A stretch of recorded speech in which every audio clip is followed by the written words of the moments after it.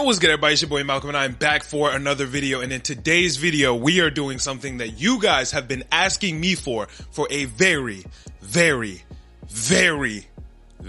long time. Today I'm going to be building an Omnitrix with 10 different aliens from all types of different media. Let's get into it. This is probably my most asked for video in the last year or so, outside of like Avatar: The Last Airbender stuff, but I'm very excited to do this. I have put so much time in scouring the internet, looking for different series, for different aliens, different species that would fit my Omnitrix well, and I think I have come up with a fantastic 10 list. But before we get into that, make sure you guys like, share, and subscribe. It will help me out a ton. I'm on the road to becoming a YouTube partner, and you guys will help me out a ton with that. And comment and let me know what you guys' 10 would be. I really want to know you guys' list. Also, if you want to see more nerd content from me, I have another podcast. It's called The Storm Podcast, THA Storm Podcast, where me and two of the bros talk about all things nerdy, anime, media. It comes out every week. It's about 3 hours. You guys are going to love it. Go check it out. All right, before we get into it, I got to lay down a couple ground rules. I know if I don't tell you guys about these rules, that's all the comment section is going to be. Why didn't you do this? Why didn't you do that? I made these rules because it will make it more fun. Trust me. 1, you're only allowed 1 alien per franchise, which means you can't just go and pick 6 different Marvel aliens. You can't pick a bunch of different aliens from Star Wars or whatever. You get 1 alien from each franchise. 2, it has to be a different species. It cannot be a mutated human. So you wouldn't be allowed to pick somebody like an X-Man or Hulk or even Danny Phantom. They have to be a different species from human. And 3, they can't look human. Even if the skin color is different, that's enough to make it something else. But it wouldn't be fun if I was just picking Kryptonians and all types of things that just look human. It wouldn't be fun. Imagine if Ben hit his Omnitrix and he came out looking like Omni-Man. It's just not fun. They have to look different. But those are the 3 rules I used before making the list. Now let's get into it. All right, for my first spot, I wanted to find an alien that would mimic my favorite alien from the original 10,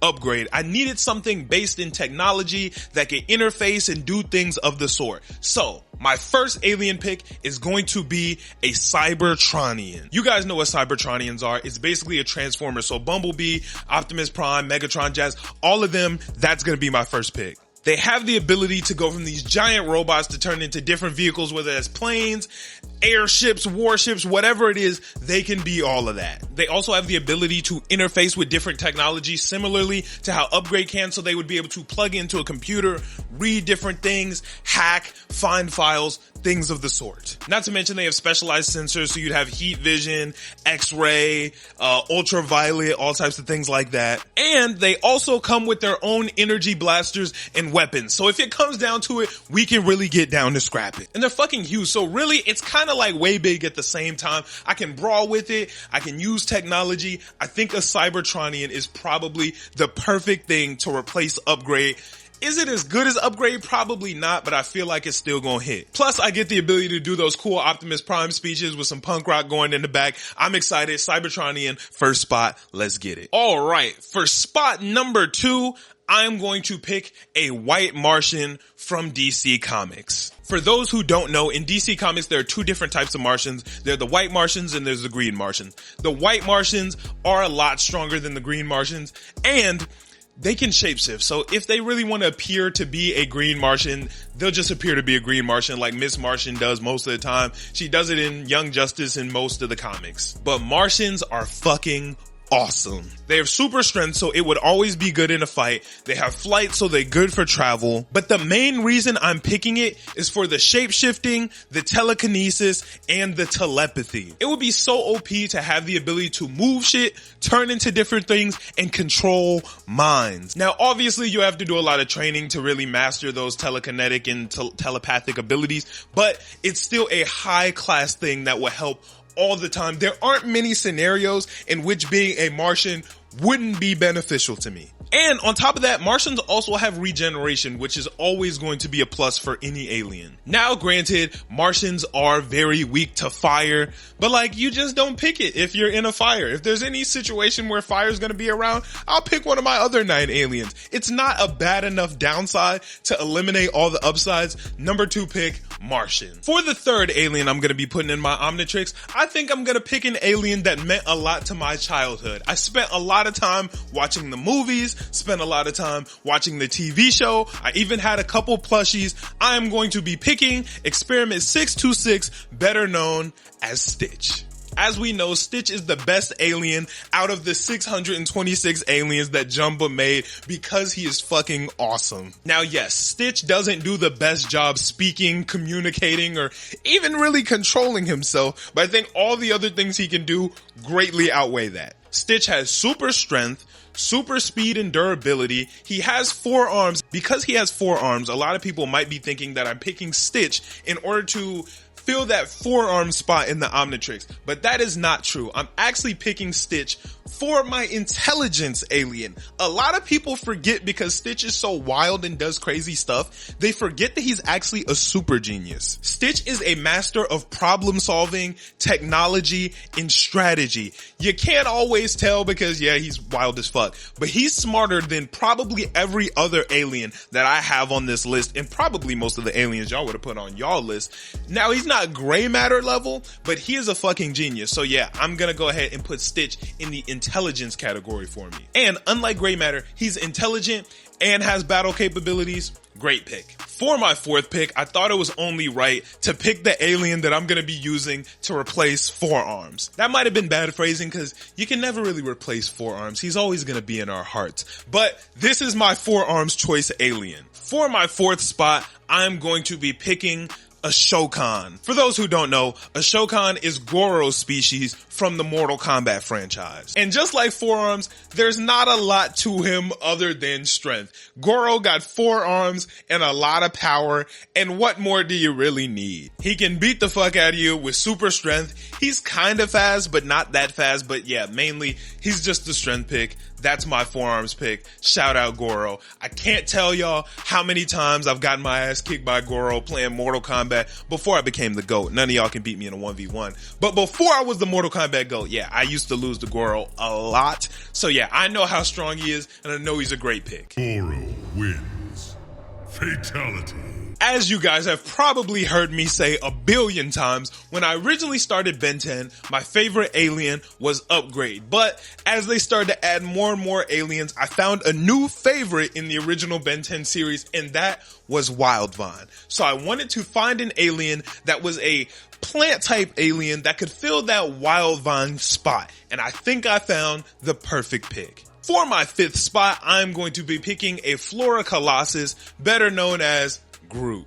I am Groot. I am Groot. I am Groot. I am Groot. I am Groot. I am Groot. Groot has so many incredible abilities that can kind of mimic Wildvine's abilities to an extent. Now, I do feel like Wildvine is a little bit more agile and flexible than Groot is, but Groot still has a ton of great flower and floral capabilities. He has incredible strength and great durability, which would always make him good in a brawl, and he has probably some of the best regeneration we've seen. Now, his regeneration can take a little bit of time. If he gets blown all the way down to splinters, it takes a long time for him to grow back, but if he just loses like an arm or a hand or something, comes back pretty quick, and you don't really gotta worry about it. And on top of that, the bark is super hard, so it's not easy to cut off limbs from him anyway. And on top of that, it has size manipulation and plant manipulation, so it can grow its arms and limbs and use it to swing and grab things and all things of the sort. And it also has communication with plants, so I would be able to talk to different plants,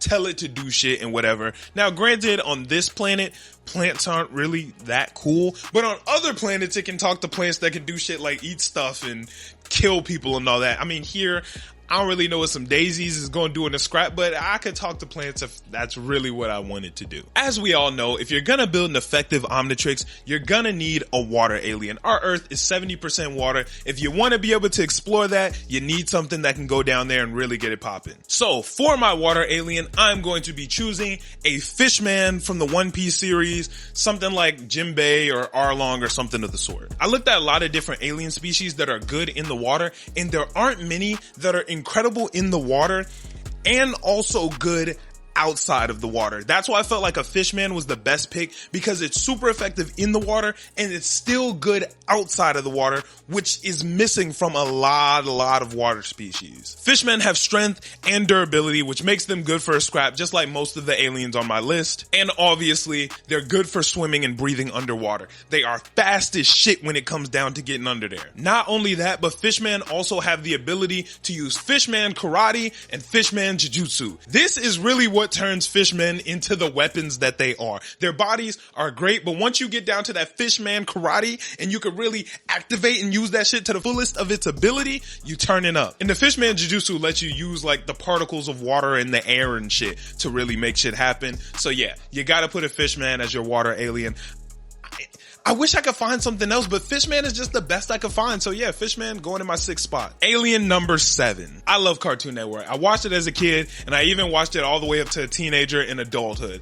Ben 10 is one of my favorite series on all of Cartoon Network, but my number 1 series is Steven Universe. So y'all know I had to put a gem on this list. So for my 7th alien pick, I'm going to be picking a gem, more specifically, a diamond. Putting a diamond on this list makes me an absolute fucking beast. Diamonds have strength and durability to degrees nobody really knows. There's nothing that can really crack or shatter a diamond other than another diamond, really. On top of that, every single gem also gets a gem weapon, so it'd be kind of interesting to see what my gem weapon would be as a diamond. Like, Steven has a shield, but that doesn't mean I would get a shield. I don't know what the fuck I would get. Hopefully I get some like some katanas or some shit like that. I think that'd be epic. And an underrated ability that all the different diamonds have is emotional influence. Now, they don't have the ability to directly mind control, but they have the ability to influence your emotions in different ways, whether that's making you feel sad or